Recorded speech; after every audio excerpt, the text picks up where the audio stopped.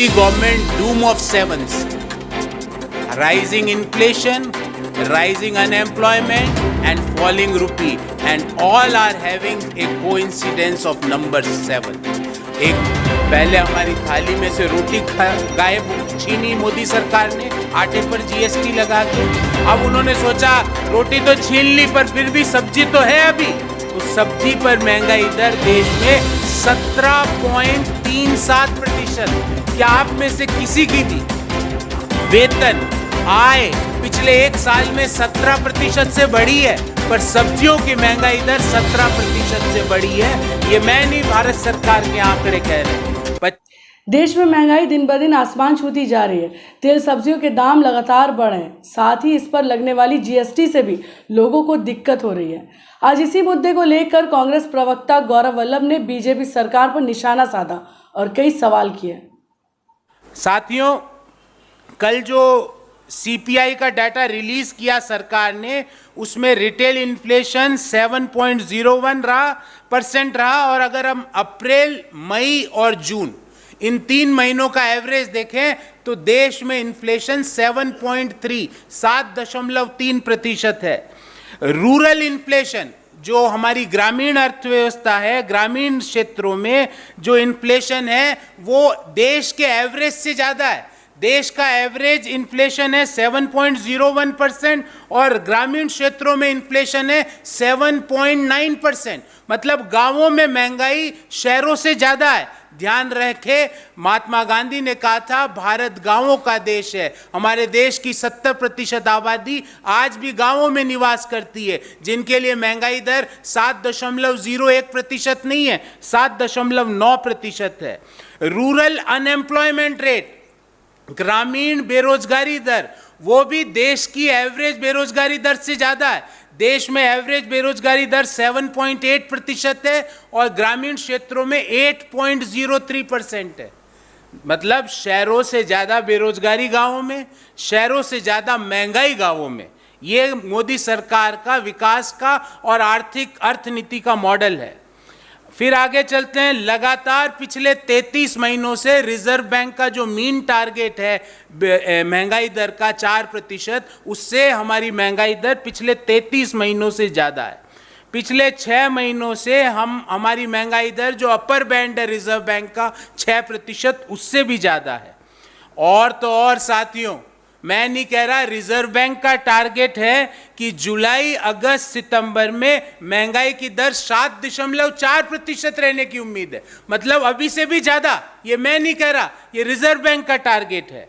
और food inflation, खाने पीने की महंगाई 7.75% है और सब्जियों में महंगाई दर है 17.37%।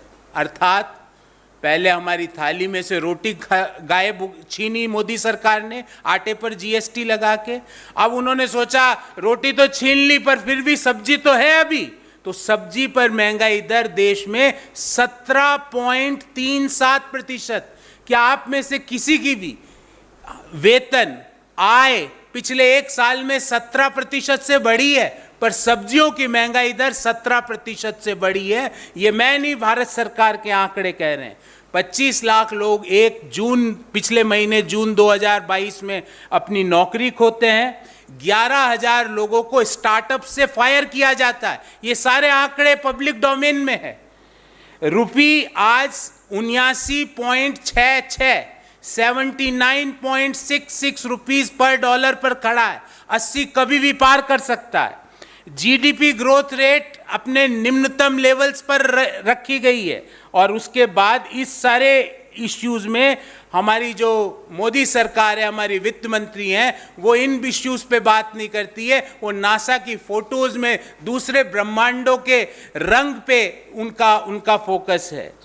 इसके और तो और इस सारे आंकड़ों के दौरान एक और चीज निकल के सामने आई कि भारत सरकार ने 47वीं जीएसटी काउंसिल की मीटिंग में 5% जीएसटी आटे पर, दही पर, पनीर पर, छाछ पर, मूढ़ी पर लगाने का काम मोदी सरकार ने किया। इस बाबत हमारे 3 सवाल है, बड़े स्पेसिफिक सवाल है प्रधानमंत्री जी से। प्रधानमंत्री जी, आपका लोगों को इस महंगाई से राहत देने का क्या फॉर्मूला है, जो लगातार पिछले 6 महीनों से महंगाई की दर, रिटेल इन्फ्लेशन 7% से ऊपर बना हुआ है, उससे लोगों को राहत देने का आपका क्या फॉर्मूला है? क्या आपका महंगाई से लोगों को राहत देने का एक ही फॉर्मूला है कि आटे पर 5% जीएसटी लगा दो?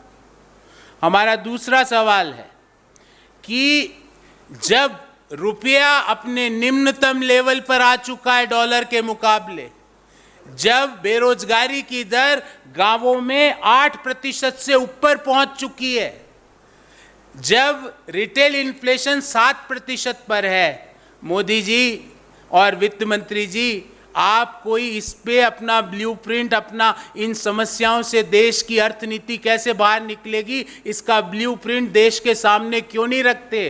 क्यों मौन व्रत लिए हुए आप दोनों हैं? क्यों इन चीजों पर बात करने से कतराते हैं? तीसरा और महत्वपूर्ण बिंदु साथियों, जब रिजर्व बैंक कह रहा है कि अगले 3 महीने अर्थात जुलाई, अगस्त, सितंबर पिछले 6 महीने से भी ज्यादा भयानक होने वाले हैं, क्योंकि पिछले 6 महीने में एवरेज महंगाई दर थी 7.3% और आगे के 3 महीने का फोरकास्ट रिजर्व बैंक का 7.4% का है, तो गवर्नमेंट के माइंड में क्या मेजर्स हैं वो देश के सामने क्यों नहीं रखते? हम याद दिलाना चाहेंगे कि जब कॉमन मासेस के लिए, जब मध्यम आय वर्गीय परिवारों के लिए, जब निम्न आय वर्गीय परिवारों के लिए, can government bring relief to them? क्या उनके लिए कोई रिलीफ दिया जा सकता है? क्यों गवर्नमेंट और वित्त मंत्री और प्रधानमंत्री की जो एपैथी है लोगों के प्रति, we expect sympathy not apathy on for the common masses of our country. और लास्ट बट नॉट लीस्ट साथियों, मैं सरकार से आग्रह करूंगा, ईडी, सीबीआई ये लोगों के महंगाई से, लोगों के बेरोजगारी से राहत नहीं दिला सकते, जिसका आप लगातार प्रयोग करते हो। आपको लगता है ईडी और सीबीआई से महंगाई की दर कम हो जाएगी, बेरोजगारी की समस्या खत्म हो जाएगी, उन 25 लाख लोगों को वापस नौकरी मिल जाएगी जिन्होंने पिछले माह, सिर्फ 1 माह में अपनी नौकरी खोई है। तो CBI and ED are not tools to bring relief. आपको अगर रिलीफ देनी है तो अर्थनीति के टूल्स, मैक्रो इकोनॉमिक फैक्टर्स के द्वारा आप रिलीफ दे सकते हो। अनलेस भारतीय जनता पार्टी इस छोटे मन की राजनीति, इस ईडी और सीबीआई कोई सिर्फ गवर्नेंस का टूल मानने से बाहर नहीं निकलेगी, मुझे नहीं लगता है कि देश के मध्यम आय वर्गीय परिवारों को, निम्न आय वर्गीय परिवारों को लगातार बढ़ती बेरोजगारी, लगातार बढ़ती महंगाई दर, लगातार गिरता रुपया डॉलर के मुकाबले, इन तीनों से राहत मिल पाएगी। इसलिए मैं ये आज की प्रेस वार्ता का जो शीर्षक था वो था Modi government doom of sevens, rising inflation, rising unemployment and falling rupee, and all are having a coincidence of number 7.